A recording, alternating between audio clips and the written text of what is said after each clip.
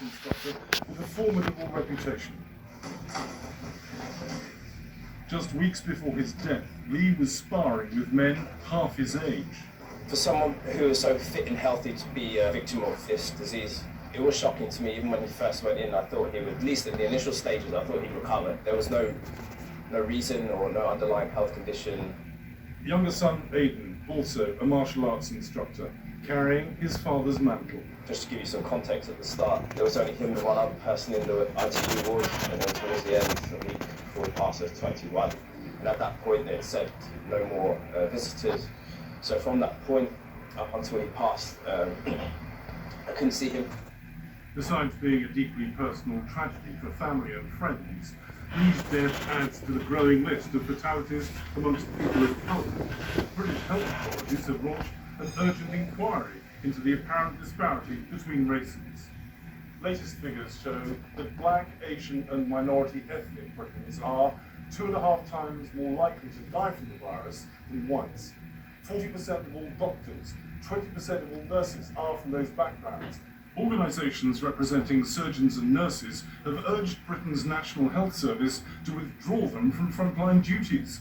Conscious of the strain this would place on emergency units, the NHS has not issued a decree, but has told individual hospitals to do what they think is the right thing. You are just as likely to get this thing, and indeed to die from it, if you are an Indian hospital surgeon, as if you are a hospital porter.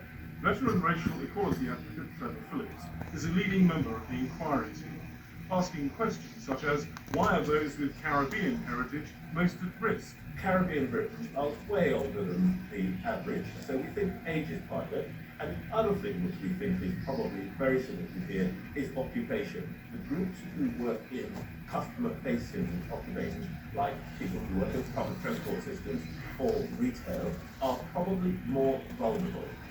Slough, just west of London, a town of 160,000 people, has Britain's 4th highest rate of COVID-19 infections. It has 100 different ethnic minorities. Many live in crowded accommodation and work in frontline services, such as London's nearby Heathrow Airport, which is still receiving thousands of passengers. Our town demographics make us particularly vulnerable. Samia Akram is deputy leader of the local council. She validates new government statistics that show that deprived zip codes are hardest hit by the pandemic. The households are made up of large families, particularly those with houses of multiple occupation. That obviously increases the chances and the likelihood of people bringing the virus back home. We also have a high number of people that would be now classified as key workers at the lower end of the income thresholds. The Lee family still doesn't know how Dave became infected.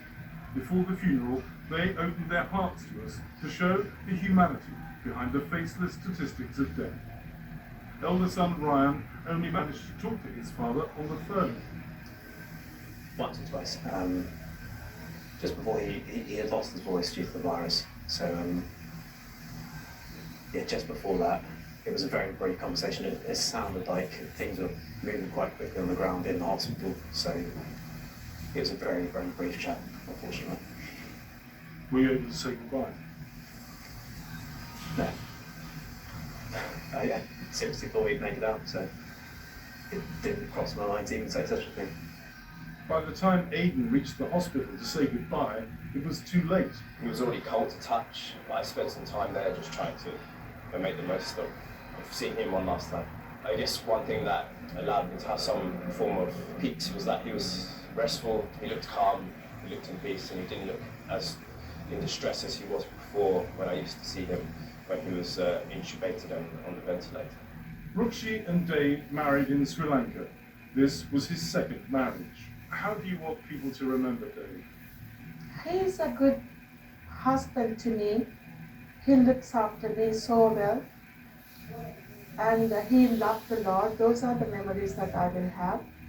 And the last memory I want to keep is that he said bye to me in the hospital. That's the only memory I have, sir.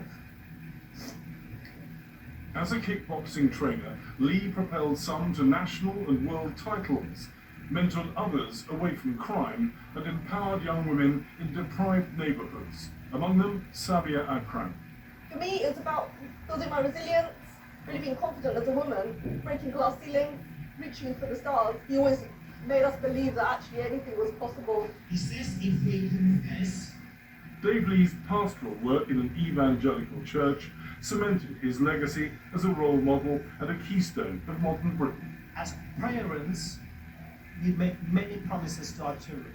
But when we break them, they will grow up thinking every adult, not just their parent, every adult is the same. They will never keep their promises. But God is different. Hallelujah.